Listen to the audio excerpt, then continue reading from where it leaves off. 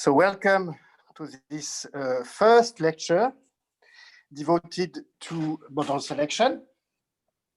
And in this first lecture, I shall try to introduce you the basic concepts that I want to study with you afterwards.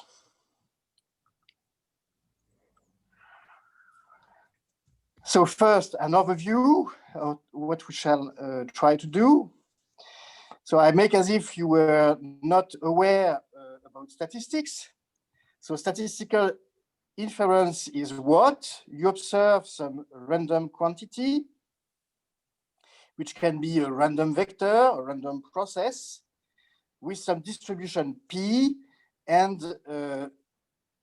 P is considered as unknown. This is the statistical framework. And the purpose of statistical inference is to take a decision about some quantity which depends on P. It may be P itself, but it also may be a quantity which is related to P. And you want to predict its value with a certain level of confidence. This is typically what you have to do in statistical inference. So concretely, this requires to design a genuine procedure, genuine estimation procedure, theta hat of Xi, which is based only on the data, and which will look like what you want to estimate, that is, it will look like theta of P. And you want to know if this quantity is far or close to the target that you want to estimate. And of course, you have to take into account the fluctuation of Xi, which are random because you are in a random environment. And the role of probability theory is not exactly to compute an exact distribution of theta hat of Xi, because apart from very, very specific examples, generally it's difficult to compute the exact distribution of theta hat of Xi. So the role of probability theory is much more to provide some tools to approximate this unknown distribution. For instance, if Xi is a sample of a random variable that is independent repetitions of the same variable, asymptotic theory in statistics uses limit theorems, such as the central limit theorem or large deviation principles, as approximation tools. For example, for those of you who know that, the behavior of the maximum likelihood estimator on a given regular parametric model requires the use of the central limit theorem. So this is a typical result of this flavor. So now what about model selection? If you want to design a genuine estimator, you need to introduce some prior knowledge on P in some sense, in a way which is as much flexible and versatile as possible. Choosing a model for P that is a set of probabilities to which P belongs, it is a major problem for the statistician. The aim of model selection is to construct data-driven criteria to select a model among a given list. Instead of considering a single model, you consider a list of models, and you want to construct a data-driven criteria to select an appropriate model in this list. So to do that, we need to formalize the concept of what is a good model and quantify the fact that a model fits well the data. Mathematically speaking, you have to do that. The asymptotic approach that has been developed in the 70s with the seminal works by Akaike proposes to do that by penalizing some empirical criteria in order to select a parametric model. So AKK's AIC criterion suggests to penalize the log likelihood by the number of parameters of the parametric model, and to use that in order to select among a list of parametric models. This criterion is based on some asymptotic approximation of the log likelihood, which essentially relies on Wilks theorem. So this is in order that you realize what is behind this criterion. And Wilks theorem, roughly speaking, says that if the log likelihood based on IID observation, if you consider this log likelihood, excuse me, and you assume that the distribution of these variables belong to some parametric model with D parameters, which is regular enough, there are regularity conditions to fulfill, then it obeys to the following weight convergence result: 2 times the log likelihood taken at its maximum minus the log likelihood taken at the true value. Here you assume that there is a true value, that is, that the distribution itself belongs to the parametric model. And this converges to a chi-square distribution with D parameters. So roughly speaking, this tells you that in expectation, this is half of the number of parameters, and the penalty which is proposed by AKK is 2 times this quantity. Okay, so this shows you that this is based on asymptotic consideration. Non-asymptotic theory, this is a theory that I want to develop with you, is based on some other consideration. It is motivated by the fact that in many situations, it is useful to make the size of the models tend to infinity, or to make the list of models depend on the sample size. We shall see examples of that. And in these situations, the classical asymptotic analysis breaks down, and it can even be misleading for the applications, because if you try to use the penalties which are proposed under asymptotic consideration, in some situations, we shall prove it, that in some situations, they are completely misleading and they lead to inconsistent model selection criteria. So one needs to introduce an alternative approach that we shall call non-asymptotic. But I would like to make clear that the large values of n are still welcome. It's not a theory where you would like n to be small. This is not the idea. The idea is that even if n is what it is, okay, but even if it is large, it is interesting to face to situation where the list of models itself is also allowed to be large. This is the idea, in fact. So in this theory, we shall let the size of the models as well as the list of the models to be large. And this will be especially true when n is large.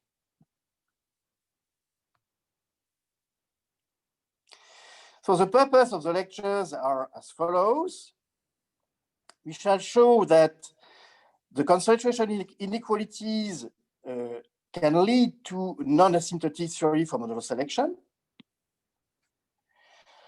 We shall illustrate the benefits of this approach in several functional estimation frameworks, and we shall focus on the Gaussian framework.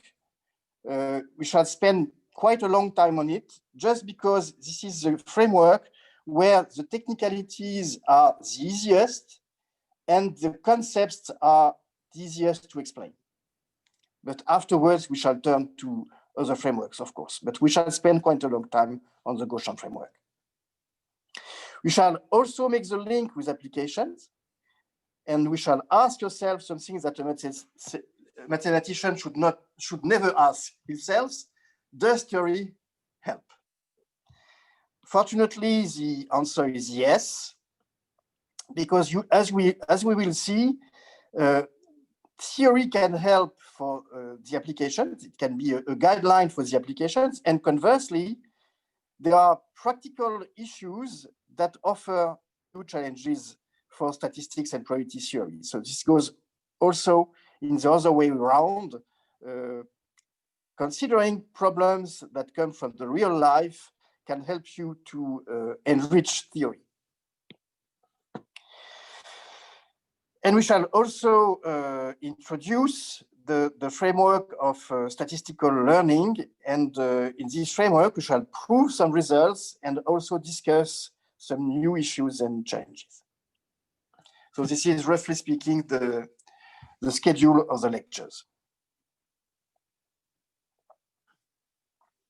So now I want to introduce more concretely and more precisely what are the frameworks that we shall work with.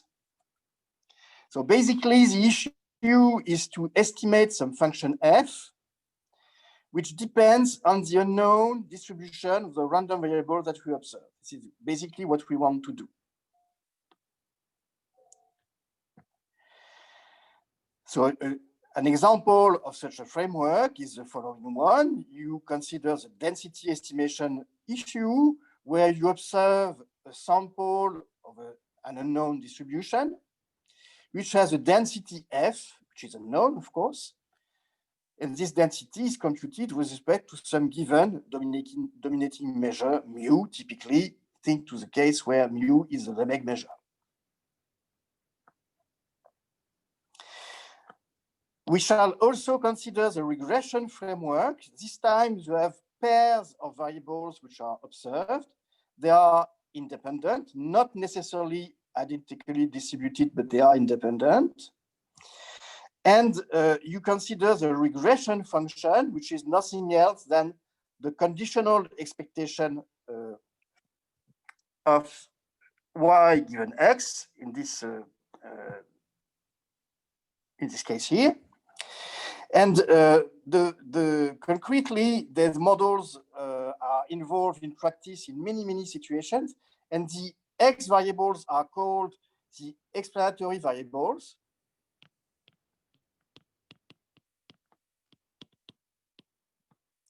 And the y variables are called the response variables. So you want to explain y with x. This is the idea under regression. There is a variant of this problem, which is the problem of binary classification. You still consider some pairs of variables, but this time the response variable is discrete. It's a label. It belongs to 0 or 1. And the function of interest is no longer the regression function in this case, but it is the Bayes classifier. Here the pairs are IID this time, and you want to estimate the best classifier, that is the classifier which minimizes the probability that J of X is different from Y. Monsieur, pourquoi c'est J plutôt que F? J, when I say minimize, J is some classifier, which is any classifier, that is J is a measurable function from the space to 0, 1. Okay? So you minimize this quantity with respect to all these possible J, and the solution is called F. We shall see that the solution is explicit in a moment. So the first comment is that we indeed have the same framework basically as in the regression case. It's an IID regression framework, okay? And you have a discrete response variable. This makes the difference with the regression case. But The other difference is that you are no longer interested by the regression function. You are interested by the bias classifier. This is one point. The other point is that you can compute explicitly the bias classifier, and this is simply the function which consists of voting at point X if you classify with the label 1 and label 0, and you vote with the maximal probability that the label is 1 or 0 at this point. So you go to 1 if the probability that y is equal to 1 given x is larger than the probability that y is equal to 0 given x. So this is the intuitive solution. So we shall see that it is indeed the solution in 1 hour. And we shall also compute other quantities in this case. But basically, this is what we want to do. So now the issue will be to construct estimators of this quantity, because of course this quantity is unknown, because this quantity here is unknown.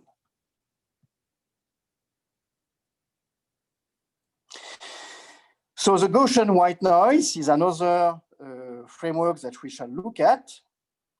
So in this situation, you have a function f on 0, 1, which belongs to L2, and you look at the stochastic process, which is defined by the fact that the dxi is equal to f of s ds plus epsilon dbs, where b is a Brownian motion and epsilon is a positive parameter, which is called the level of noise. If you don't know what it means, at this stage, it's not a big difficulty. I shall indeed define you properly what this means afterwards, but at this stage, just have in mind the small picture that I have drawn. That is, you have in blue the true signal, and in red the noisy signal. And the idea is that this noisy signal is homogeneous in time. That is, it oscillates around the blue signal with the same amplitude all along time. Okay, this is the idea behind the Gaussian white noise. And of course, the amplitude of the oscillations are determined by this parameter epsilon, which is the level of noise.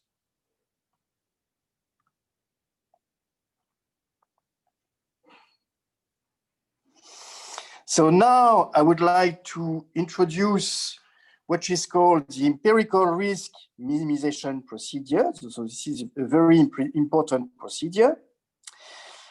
Instead of denoting by psi the random quantity that we observe, I shall denote it by psi n. So it looks strange because n in the preceding example does not exist, but you may always define epsilon equal to 1 over root n to make appear some strange n, which does not exist in practice. But nevertheless, it's just to keep in mind that in the situations where it makes sense, we should keep in mind that there is some n which corresponds to a number of observations, or in the Gaussian white noise, it is a quantity which is related to the level of noise. But nevertheless, it's a quantity that will help us to make some asymptotics at some stage. So some classical strategy to estimate f consists of considering some empirical risk criterion. This is a criterion which is based on the data, and which is such that on a huge set calligraphic S, this criterion in expectation achieves a minimum at points F. And then if it is the case, we shall give examples, of course. If it is the case, the strategy of empirical risk criterion is merely to minimize the empirical risk criterion without the expectation, of course, because you do not know the value of this expectation. So you optimize the empirical criterion on a subset of calligraphic S. And if it exists, the solution of this minimization procedure will be called the empirical risk minimizer, and it minimizes the empirical criterion, risk criterion, over the model at hand, which is called capital S. So the heuristics behind this procedure is that we hope that if the model is well chosen, in the sense that F belongs to the model or is not too far from the model, and if S is not too large, then the estimator will be close to the target. So F belonging to S or not too far from S, of course, it makes sense, because if the model misses the target, you are into troubles. And the other part of the statement, which is S is not too large, here, what I mean is that if S is very big, then the estimator will get a very large variance and will also miss the target. This is what we shall see afterwards. So this is an approach which is very popular in the parametric case, that is, in the case where S is defined from a finite number of parameters. And as soon as you have an empirical risk criterion in your pocket, you may define a natural loss function, which is merely the difference between the expectation of the empirical criterion between point J and point F. By definition, this has to be non-negative, and you can consider this as a possible loss function in order to see if S is close to J with respect to this loss. In the case where you have some repetitions, that is the observation psi n is a vector psi1, etc. Psi n, yes? Qu'est-ce que c'est grand N G que sin I? Grand N, c'est quoi? Grand N? Oui, grand N. Vous avez défini petit This N. guy here? Oui. This guy?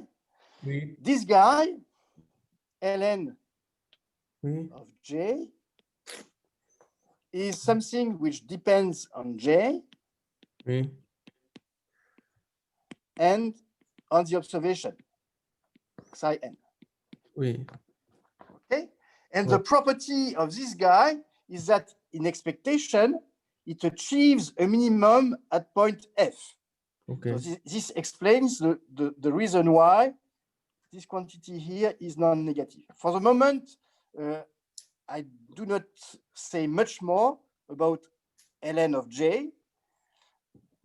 I just say that it's a quantity which depends on J and on the observation. Okay. But you will see examples. Okay.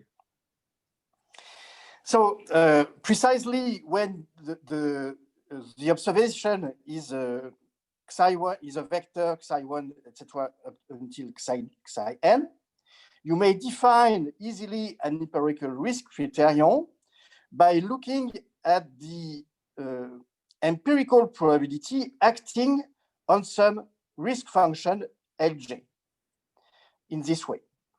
Okay? And so defining an empirical risk criterion amounts to define this L function here. So this is what we shall do in several applications.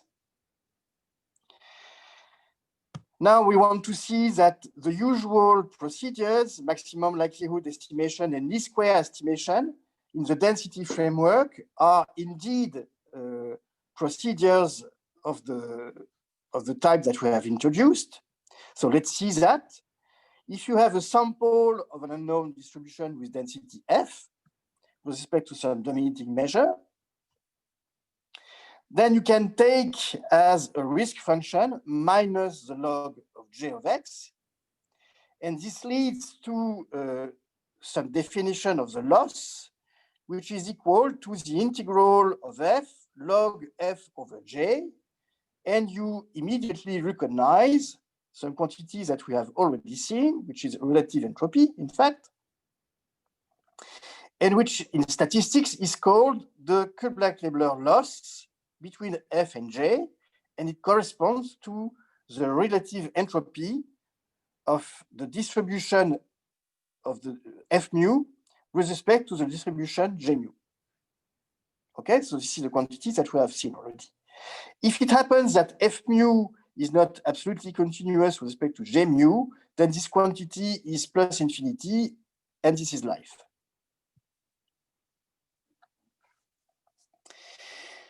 So the empirical risk minimization this time corresponds to what is called usually the maximum likelihood estimation. And now you can do the same with the quadratic definition. If the density belongs to L2, you may consider as a risk function this L function here, which is nothing else than the norm of J squared. Here, norm corresponds to the L2 norm in L2 of mu, minus 2.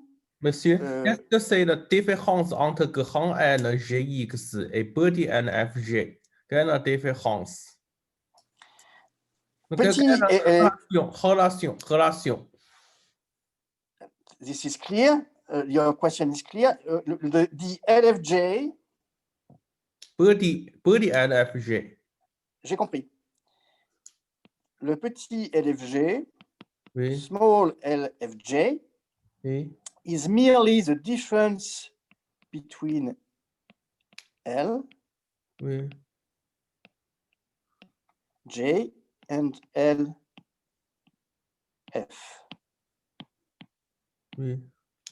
Okay, we are in the IID case, so the expectation of Ln is also the expectation of L. Okay. Qu'est-ce que c'est X? Ici, c'est quoi X? This is a single observation which has density F, capital X. Okay. The point here, oui. this expectation is computed under F, under the density F. Okay. Okay, and this was exactly the same in the minus log case. So when you compute this quantity, this is the computation that I have done here. When you compute this, you have first this part which appears, which is there. Oui. Okay, minus this part which corresponds to the other quantity.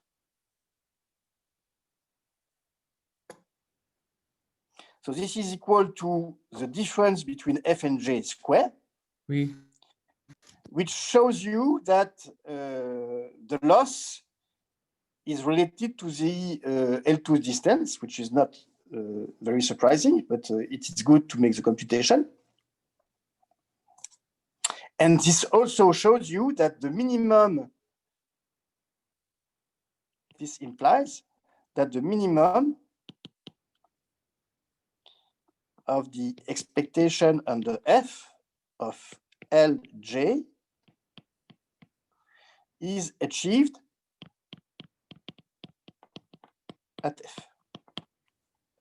Okay.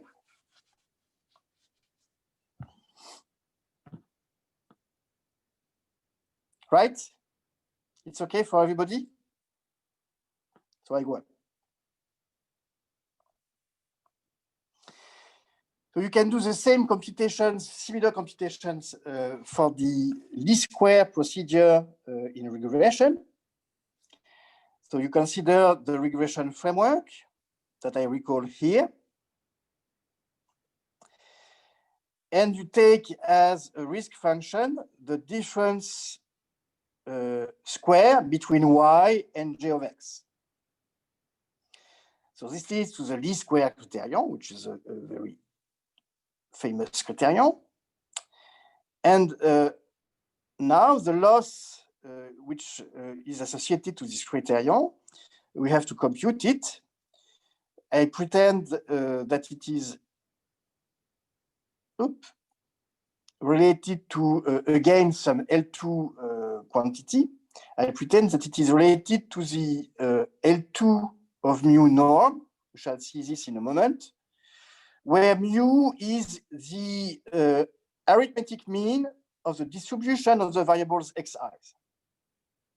Okay? So let's see that. Let's compute the loss. So the loss is, by definition, the difference between the expectation of the criteria at point J minus the same quantity at point F. So when you look at what happens, you have to, excuse me, but maybe I have to remind you that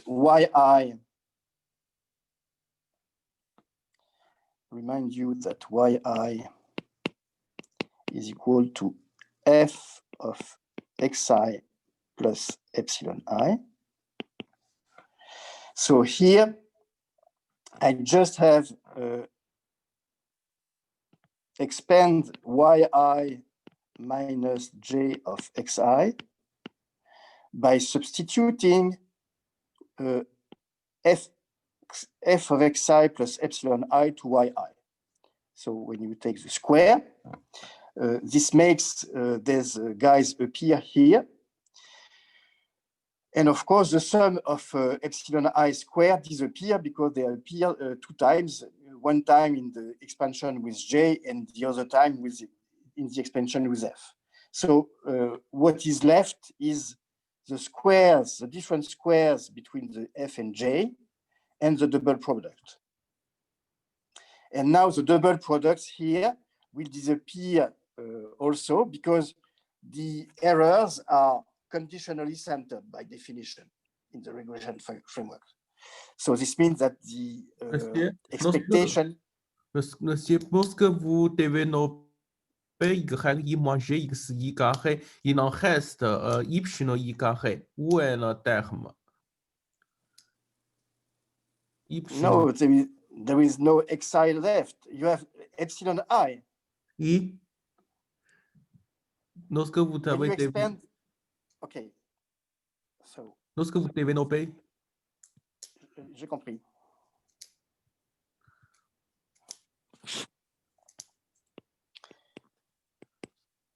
You expand this guy. Oui. Okay. And you use the fact that yi is equal to f of xi oui. plus epsilon I. Oui. So you have f of xi minus j of xi, okay? Oui. Plus epsilon I oui. square. Oui. So when you look at this is f of xi minus j of xi times epsilon I. Oui. 2 oui. times plus epsilon I square oui. plus f oui. of xi minus oui. j of xi. Je demande c'est où est Y I carré? Où est qui? Y comprends pas. Y I. Lui ici là? Oui. Ouais. You take this, tu prends ça et tu retranches la même chose avec yi moins f de xi au carré. C'est ça le calcul qui est fait. Donc ça va disparaître. Oh. Il est là deux fois. Ok, merci. Ok. Oh, c'est bon. So now, since the errors are conditionally centered, these expectations here are equal to 0.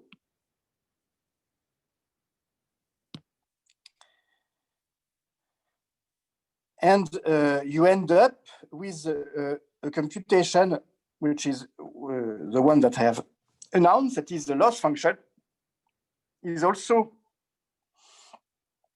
the norm square of the difference between f and j. And this norm square is nothing else than what has been announced, that is this quantity here, which is nothing else than the L2 square norm under the probability measure mu, where mu is the arithmetic mean of the distributions of the variables xi's. Okay? So now for classification, it's a bit different because you no longer optimize your criterion on the set of all functions in L2, but you force your functions to take values which are 1 or 0. So this is still the same risk function, which is the square, the difference square between y and j. But here, y belongs to 0, 1, and j takes its values in 0, 1. So this is also equal to 1 if x is different from y, and 0 else. So the empirical criterion in this case takes this shape. That is, you look at the frequency that you miss the right label all along your training sample.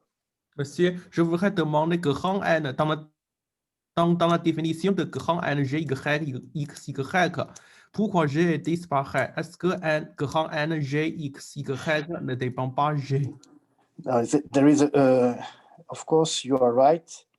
Here, there is a typo. This is J of X. Okay. Okay. Okay. Like here. Okay, this is a typo. Thanks for the correction.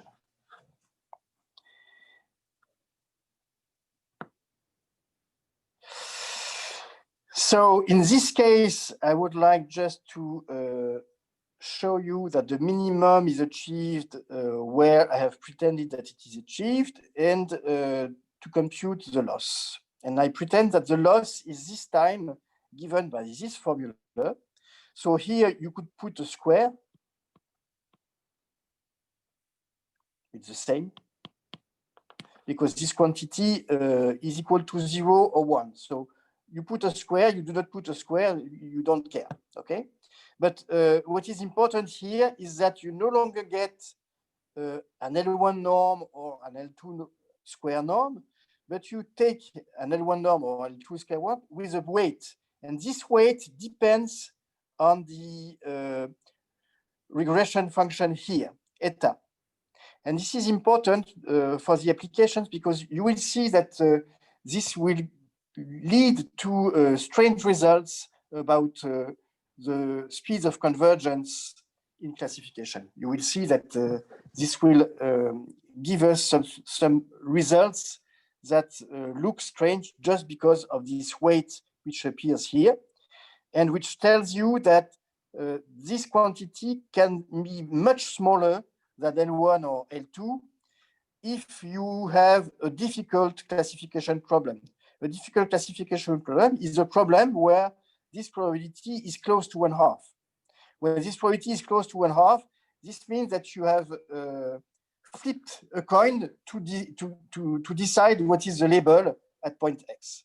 So of course, you hope that in the applications, it is not the case. You hope that in the applications, the labels are approximately correct. So the fact that you assume the label to be drawn at random is something that you introduce in order to take into account that you may have some errors on the labels, but nevertheless, you hope that the errors are not so frequent, okay? So let's see that. So let's compute the difference between the conditional probabilities that way y is different from j given x. And you make the difference between this and the corresponding quantity with f instead of j. So look at what it gives here. If f is equal to j at point x, then the difference is 0, of course. This is this case. Now, if S is strictly less than J. This means that f of x is equal to 0 and J of x is equal to 1. So this means that in this case, if J is equal to 1, if you miss the label, this means that you have to look at the probability that y is equal to 0 given x.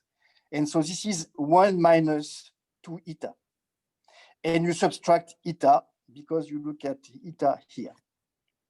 So you have 1 minus 2 eta of x, which appears in this case, and which is the difference of these two conditional probabilities. And of course, symmetrically, you get 2 eta of x minus 1 in the other case. Now look, the definition of f is that f at point x is nothing else than 1 if 2 eta of x minus 1 is non-negative. So this means that each time here, what you get is that the product between f and j in absolute value, that is 0 or 1, or 0 if f of x is equal to j of x, but otherwise it is 1, times 2 eta of x minus 1 in absolute value, because each time, because of the definition of f, you are on the right side. You are on the side where the quantity is non-negative. So it is exactly this product. And now to get the final result, you just have to integrate this quantity with respect to the distribution mu of x. And you get the loss as announced.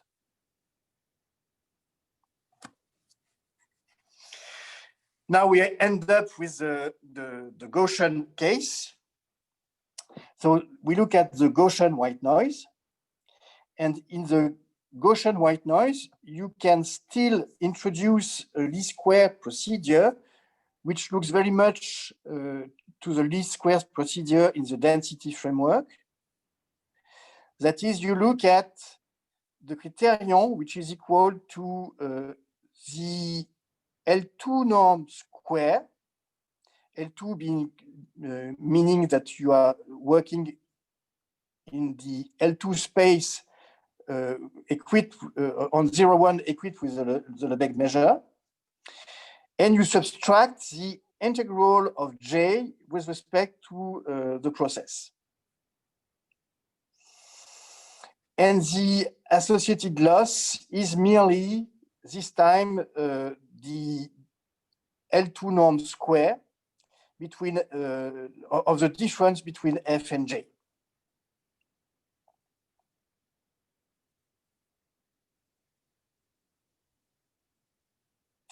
So now I would like to introduce you to the model choice paradigm. So the main issue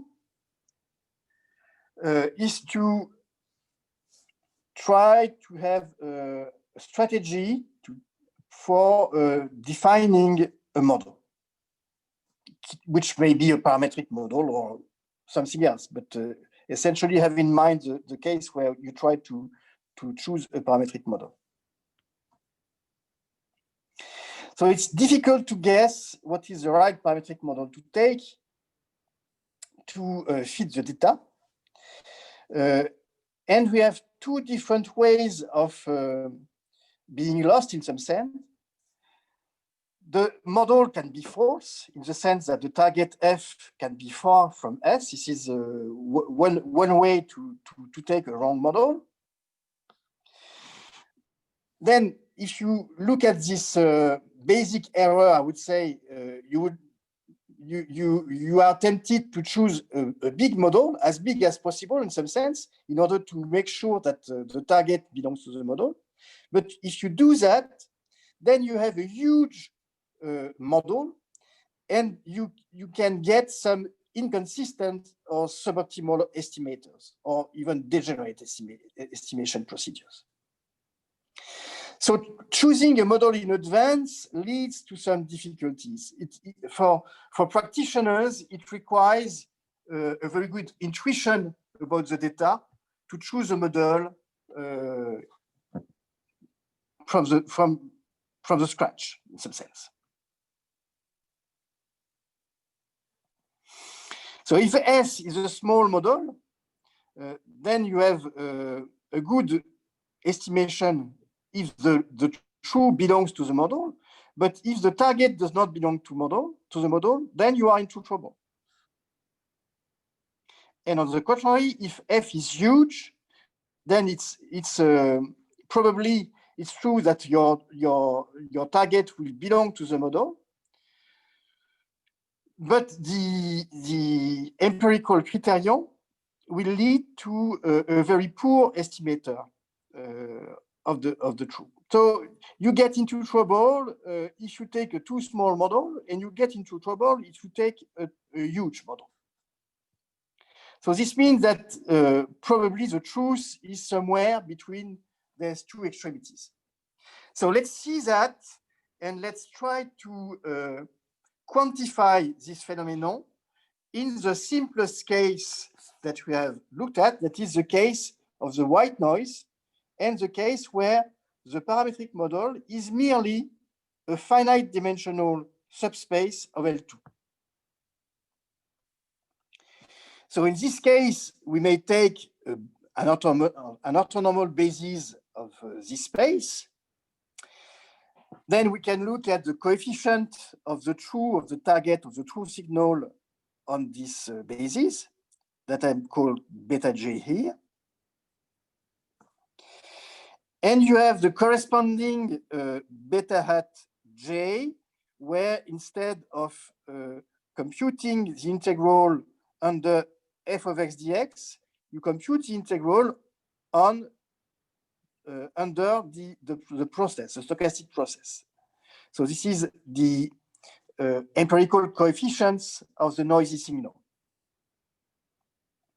When you look at the differences between the two here, then it is equal by definition to epsilon times the integral of the phi j under the Brownian motion.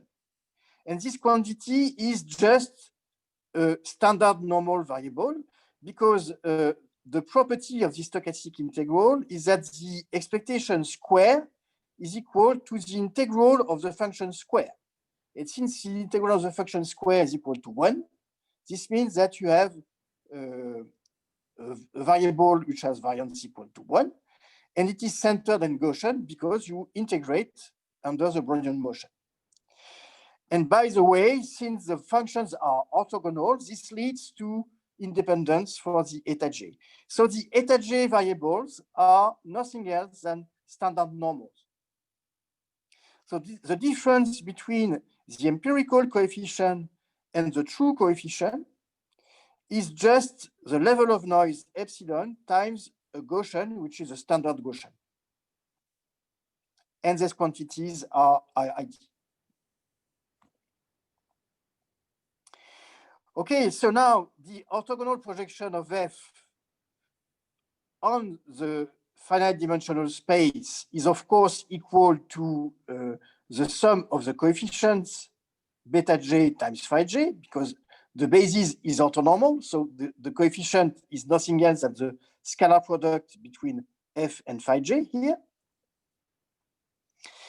And now we want to see that in the same way, the least square estimator on S is nothing else than the projection estimator. That is the estimator which coefficients are precisely the empirical coefficients beta j hat. So let's see that.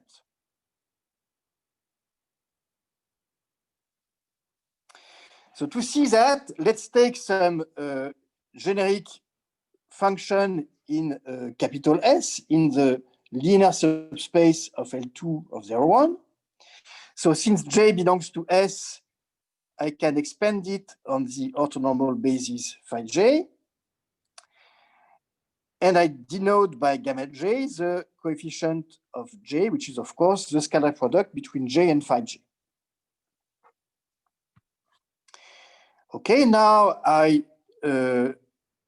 compute the least square criterion on J, and it is nothing else than the norm square of the function, that is the sum of the coefficient square, minus 2 times the integral of the function against the process.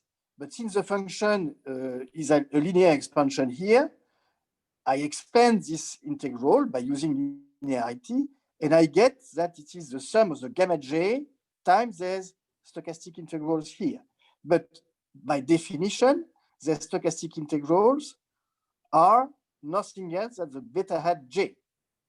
So the criterion is the sum of the gamma j square minus 2 the sum of the gamma j beta hat j. And it is very easy to see that the minimum in gamma is achieved at gamma equal to beta hat. This is very easy to see. You are in RD, you compute, and you get this. So this means that at the end of the day, your minimum is achieved at the point that you were expecting. And you get the result that I have announced, that is the f hat d, the least square estimator, is nothing else than the projection estimator, that is the estimator which coefficients are the empirical coefficients.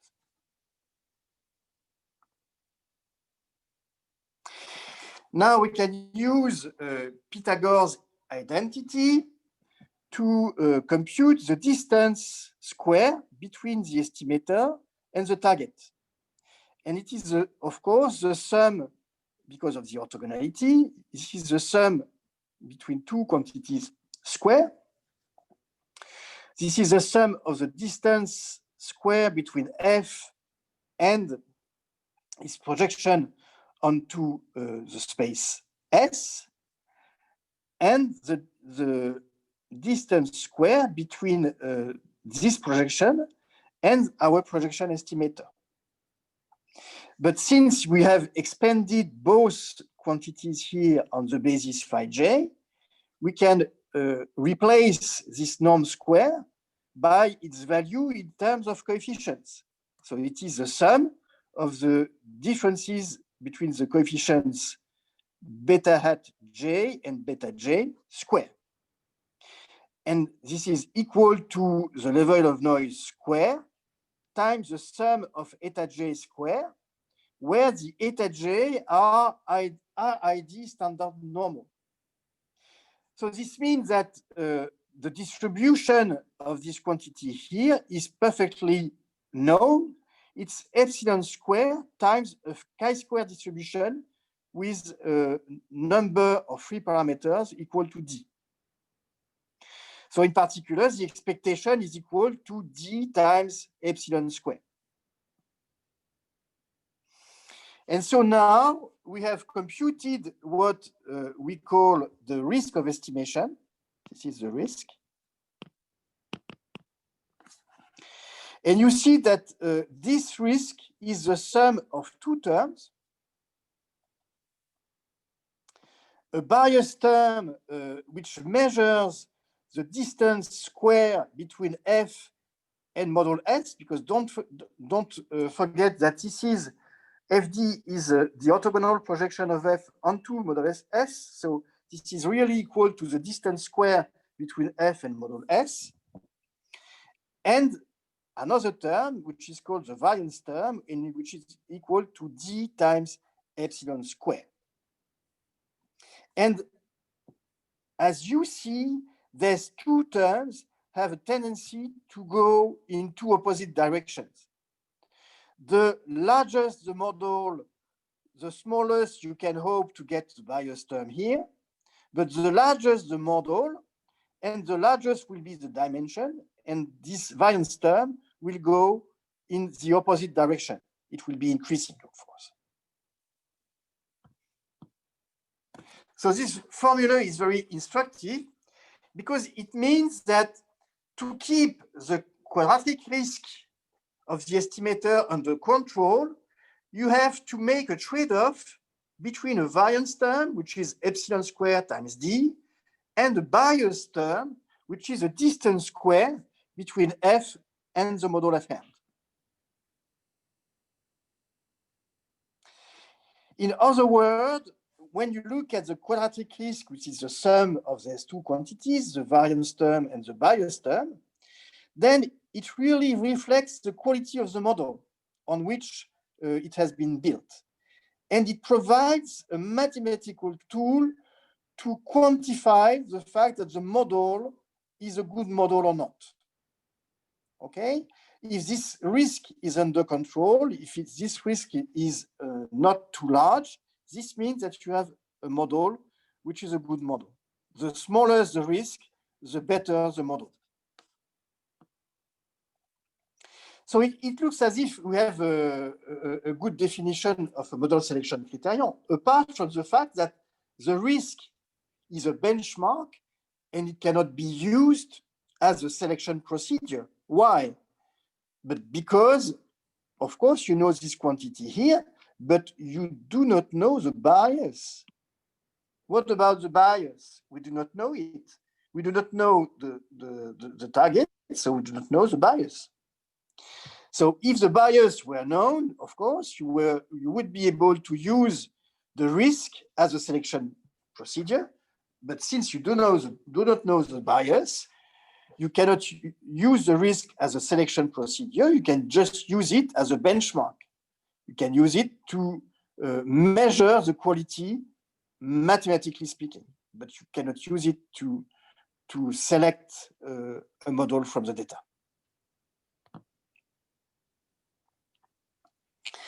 There is an important point here that I would like to stress on. It is that a true model, that is a model to which f belongs, is not necessarily a good model.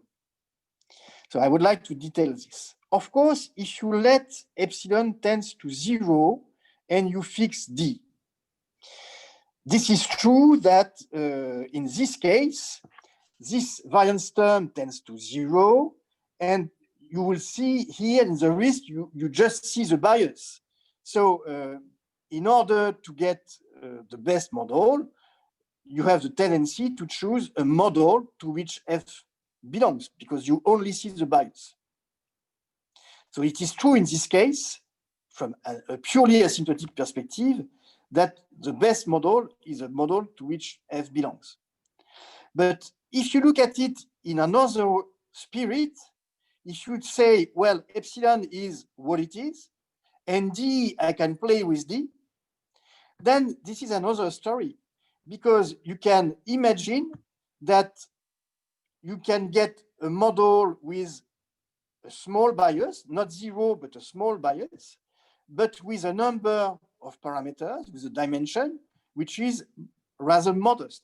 You can hope that a model with, let's say, dimension 4 is a model which is not that far from the true, and you will prefer this model to a model with 1,000 of dimension to which you are sure that your true belongs. Because in this case, the variance will be very large. Epsilon is what it is, but it is plausible that if you have 1,000 of parameters, the variance term will be very big, even if epsilon is not even if epsilon is small. That is what I want to say. So from a non-asymptotic perspective, it is not that clear that a true model is a good model. And you can prefer another model, which is of smaller size than the true model, but with a risk which is smaller.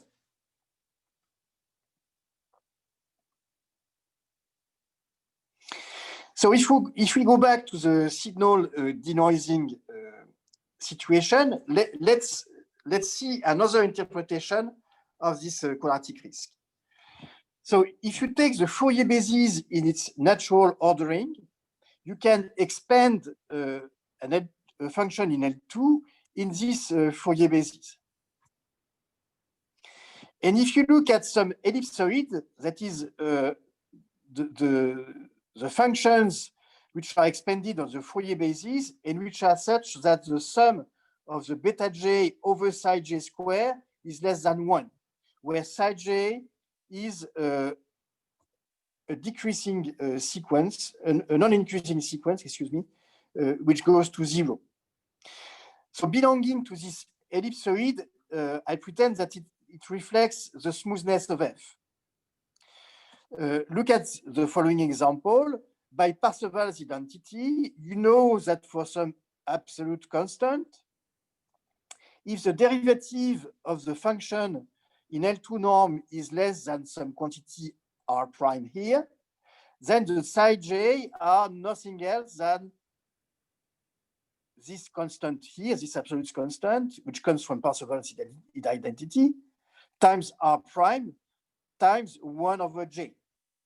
Okay, so in this case, there is some arithmetic decay of the psi j to 0. So really, the fact that F belongs to some ellipsoid is some smoothness condition.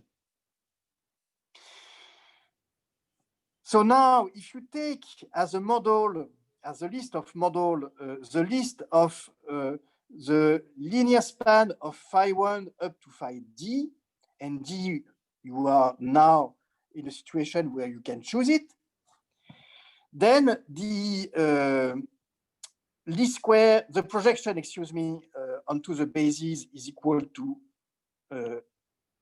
onto the finite dimensional subspace is just the sum of the beta j phi j.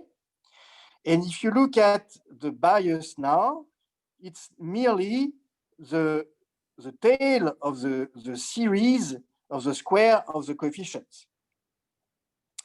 And of course, you can always bound beta j square by beta j over psi j square times psi j square. And since you have this monotonicity argument that you can use, the psi j square are always less than the c squared d plus 1 coefficient by using monotonicity.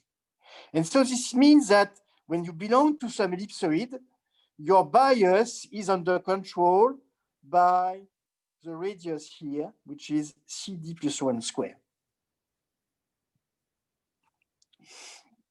So more generally, if you take an arithmetic decay of the coefficients, it produces something on the smoothness of the signal.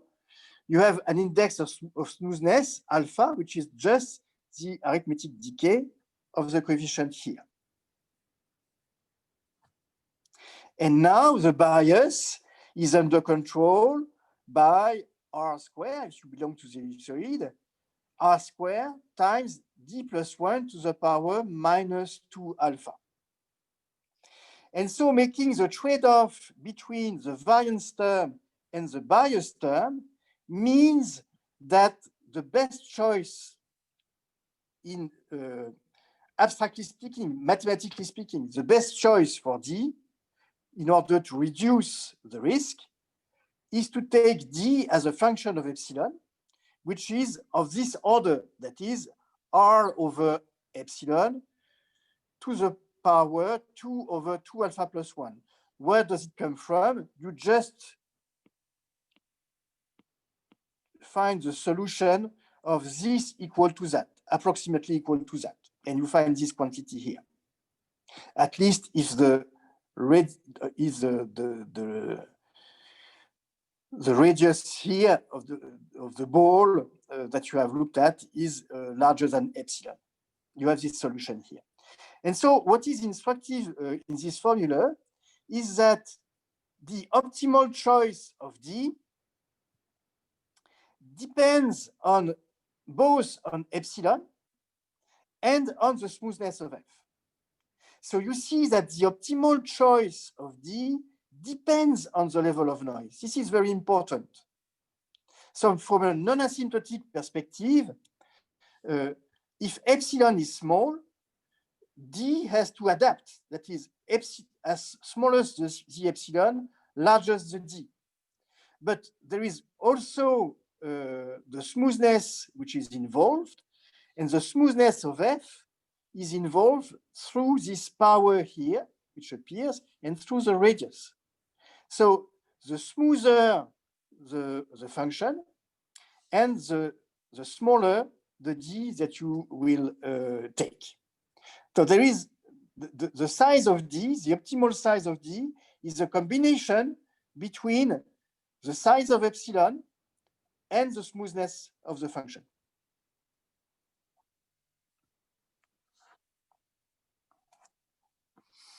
So again, the bias is unknown. We can have some guess, mathematically speaking, in order to guess what is the behavior of the bias. But concretely, in practice, you do not know it. So you cannot use the risk of estimation as a selection criterion, but we can use it as a benchmark. And in order to get some idea of how to build a data-driven criterion this time, we have to define another strategy. So let's see what can be done now. Let's take some empirical criterion. Let's take some collection of models. And let us represent each model by the empirical risk minimizer related to this empirical criterion.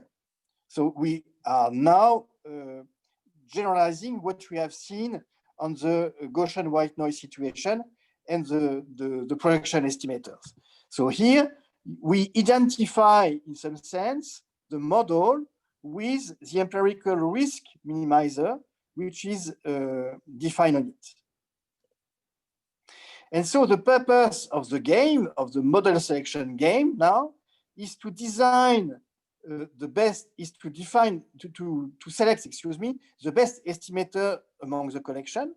And now we have a mathematical definition of the best estimator.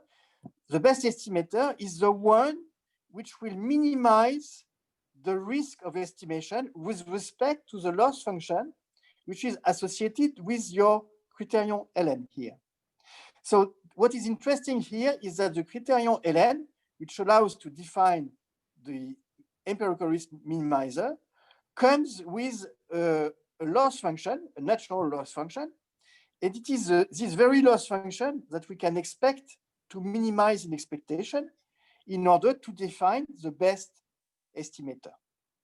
So the best estimator among the collection will be the one which minimizes the risk. So this estimator, this selected estimator, will be called the anoracle. And unfortunately, it's not an estimator per se. This means that it's not a quantity which depends only on the data, because as you see, you have this index here, which requires the knowledge of the truth. So this estimator is cheating. This is not an estimator. This is an oracle, but it gives you a benchmark. So it cannot be used for selection, but it can be used for benchmarking. So now the benchmark, our grail, if you prefer, is the oracle. We would like to select a model which looks like the oracle. And note again that an oracle is not a true model, just because of the reasons that you have discussed before. That is, you can prefer to take, it may happen that you prefer to take a model which has less complexity and a small bias compared to a true model to which the true belongs, but with a large complexity. So let's see our first conclusions, and afterwards we shall take a break, coffee break. Our first conclusions are going like that. It's difficult to choose a model in advance, so it's safer to play with several possible models rather than a single one which is given in advance. The second point is that the notion of risk estimation allows to compare the candidates and can serve as a benchmark. it fits with the intuition that we have of a good model. According to the risk minimization criterion, a good model does not mean a true model. This is what we have discussed. And since the minimization of the risk cannot be used as a data-driven selection criterion, we need to introduce some empirical version of it. This is what we shall do after the coffee break. And the main challenge, of course, is to guess the bias. We have to dispense with knowing the bias, so we have to guess the bias. And this will be the purpose of what we shall do right now. So we stop here the recording and we take a coffee break.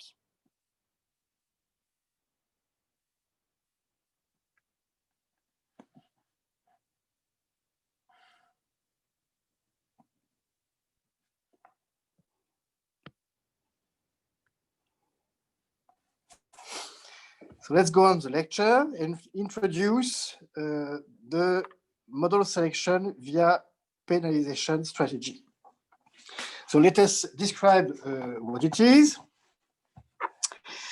The penalized empirical risk minimization procedure consists of taking some penalty function, that is a function which gives some weight to each model, and you minimize the empirical criterion taken at its minimum plus the penalty.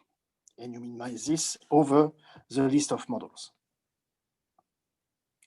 So, of course, now the big issue is to choose this penalty, how to take this penalty. And you have a huge literature which is full of proposals for these penalties, and most of these proposals are based on asymptotic considerations. So I have already mentioned the proposal by Akaike, but there is also a proposal by Schwartz, which is much more influenced by a Bayesian view of the topic. But one common feature of all these proposals is that the penalty functions in this asymptotic point of view are proportional to the number of parameters of the model.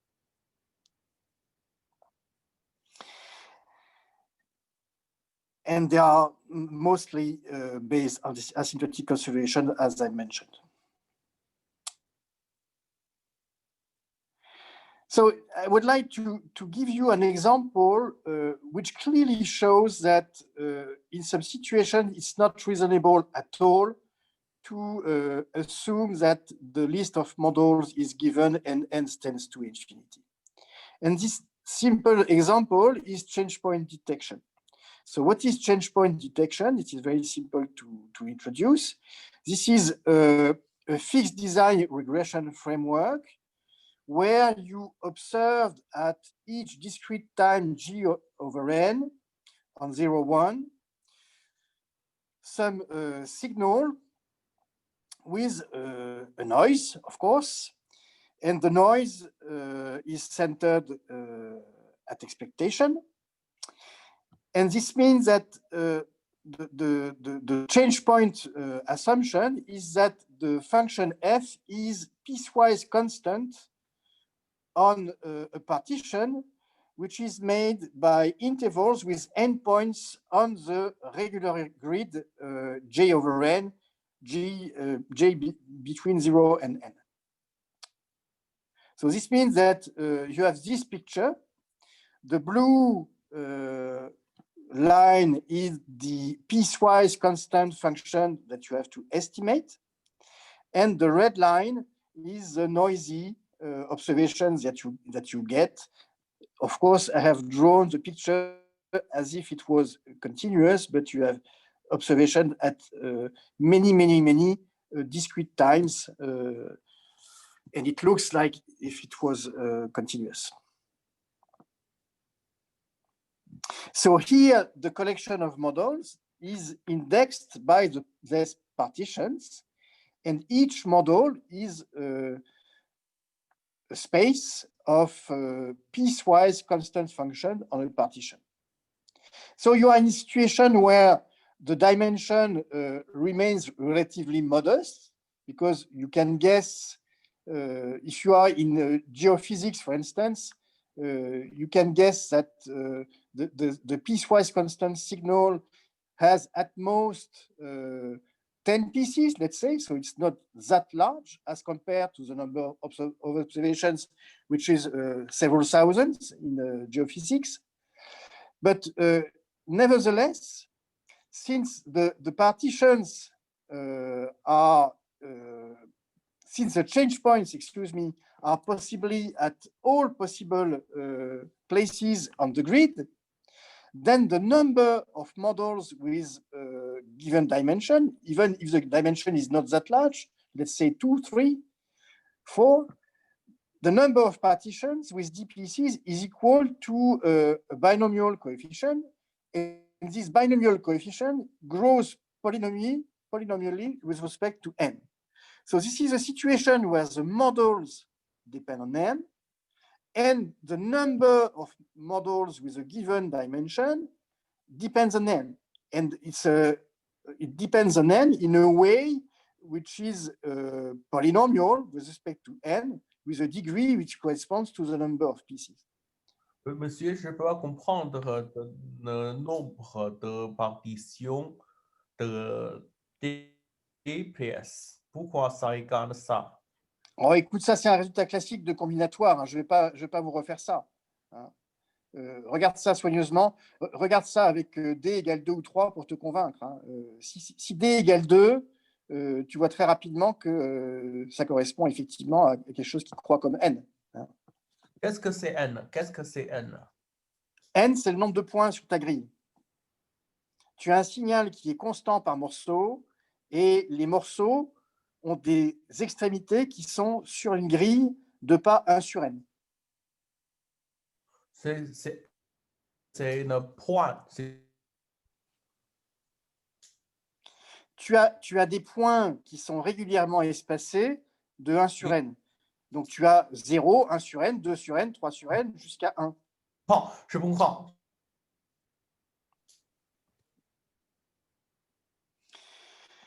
So the non-asymptotic approach is an approach which has been introduced in some sense by Baron and Cover. At least it is a paper that I am always referencing as the root of this approach.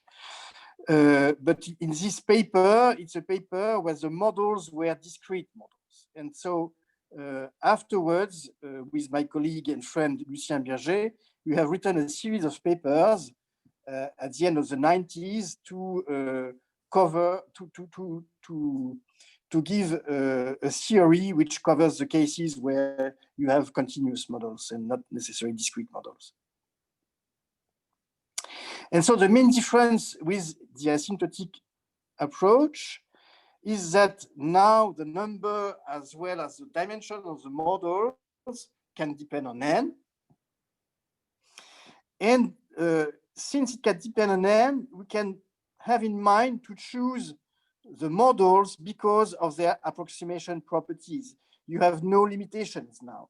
You can look at wavelet expansions, trigonometric polynomials, piecewise polynomials, splines, artificial neural networks, or whatever. Each time you have an approximation strategy, you can guess a model selection strategy, which is based on this approximation strategy.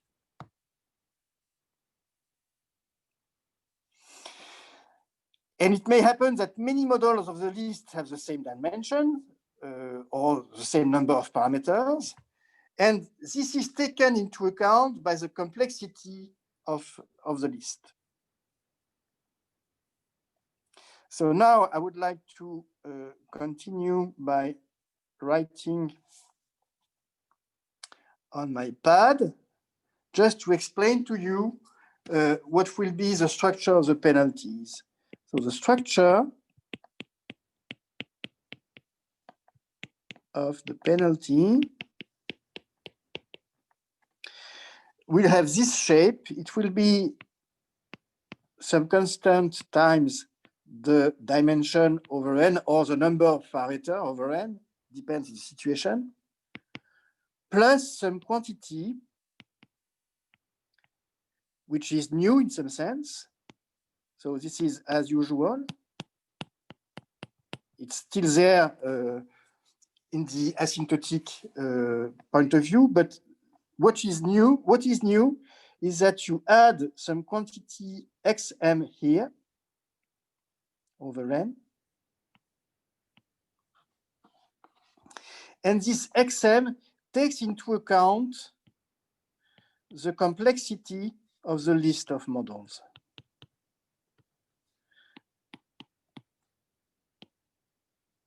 This looks like some prior probability on the list of models.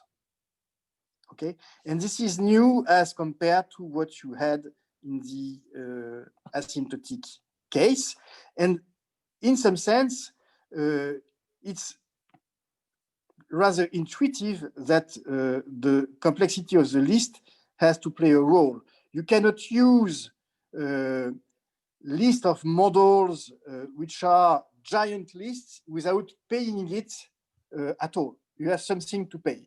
And the quantity that you have to pay is this very quantity here, that is, you pay as weights xm.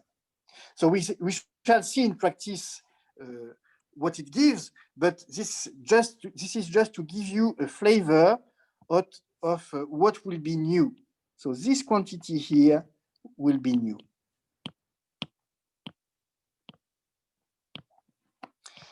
And as far as the techniques is concerned, the mathematics are concerned, we shall see that this comes from a behavior in expectation. From the concentration inequalities, it will come from a behavior in expectation, and this will come from the tail. So this is expectation, and this comes from the tail. So this is the way it will work. So let's see a bit more precisely where the concentration inequalities will come in.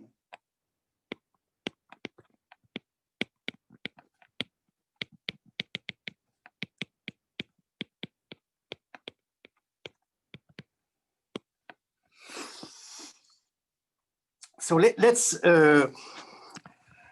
try to understand from the scratch what is the right penalty to take. It is the main issue, guessing what is the right penalty to take.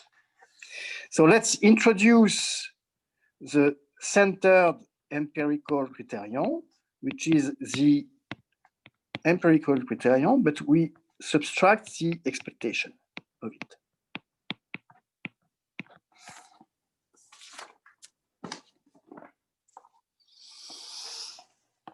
So when we take a penalized criterion, this means that we look at the empirical at its minimum and you add a penalty.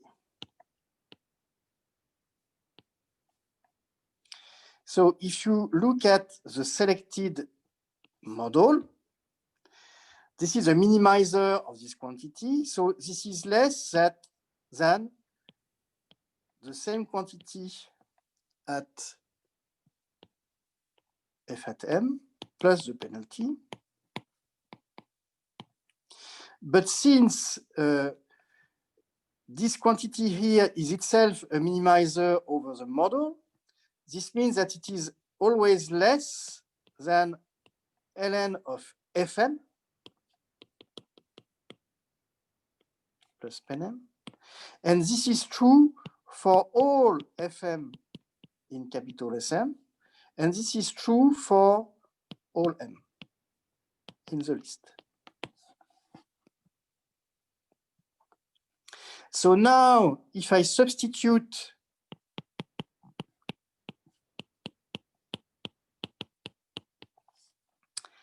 ln bar of j to ln bar of j, excuse me,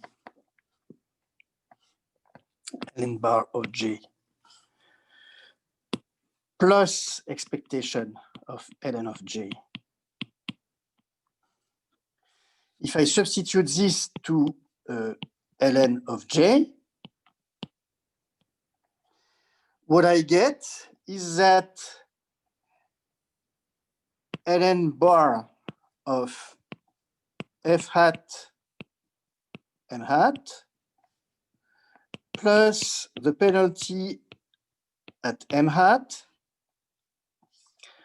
plus the expectation of ln of f hat m hat is less than ln bar at fm plus the penalty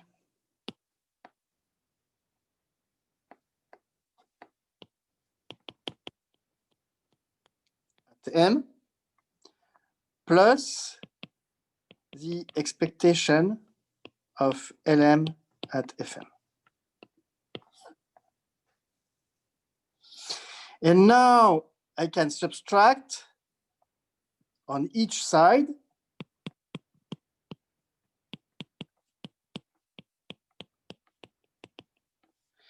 the expectation of ln at the true f.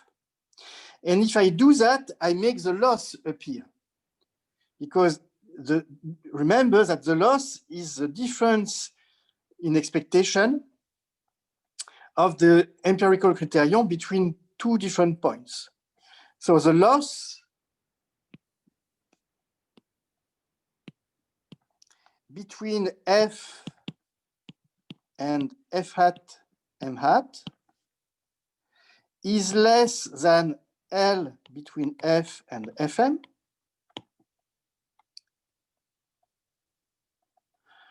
plus the penalty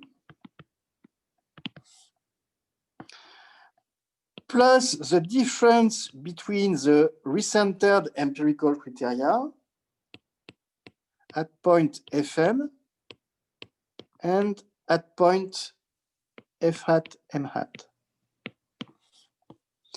and minus the penalty of m hat. So you see, it's very instructive because L of f between f and fm is merely the bias, because if you choose fm adequately, this is you can take it as the infimum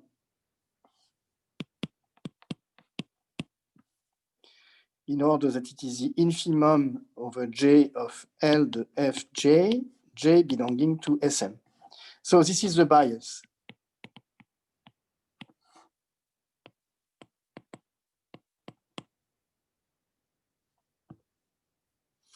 So you see that ideally, you would like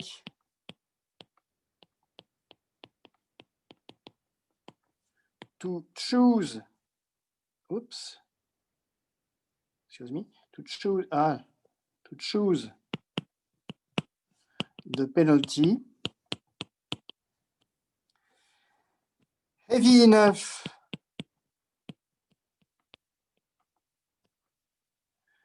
in order that the penalty of m hat kills this guy here.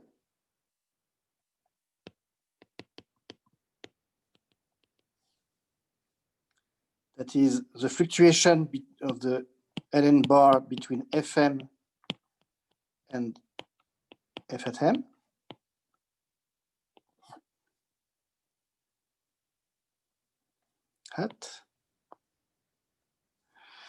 And light enough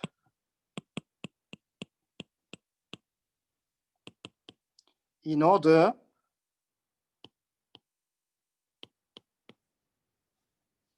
that the penalty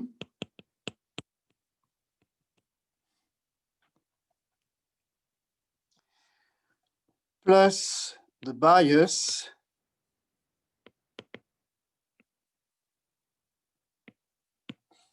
looks like what we want to mimic, that is the risk.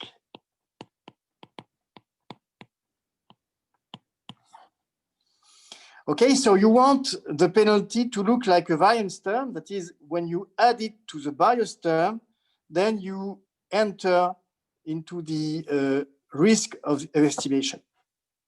So this is the way, the balance that we have to fulfill in order to choose the penalty in some adequate way.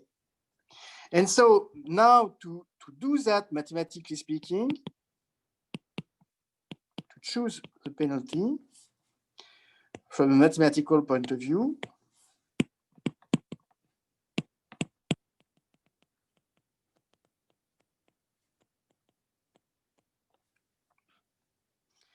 we shall control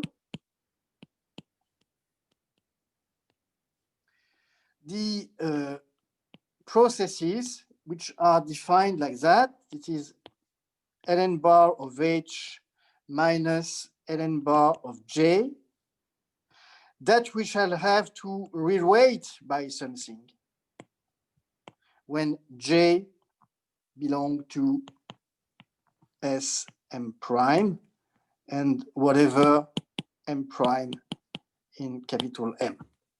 Because you see that the critical guy that you have to control is this guy here.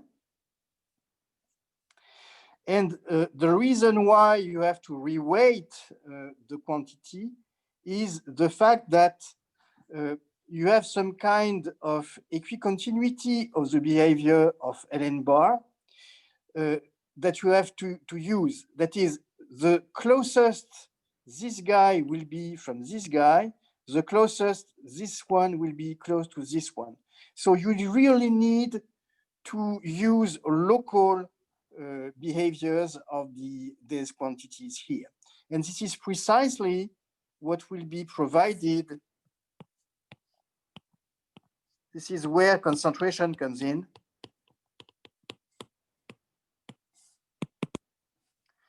Either Gaussian concentration in the Gaussian framework, or more generally, inequalities like Lagrange inequality for empirical processes.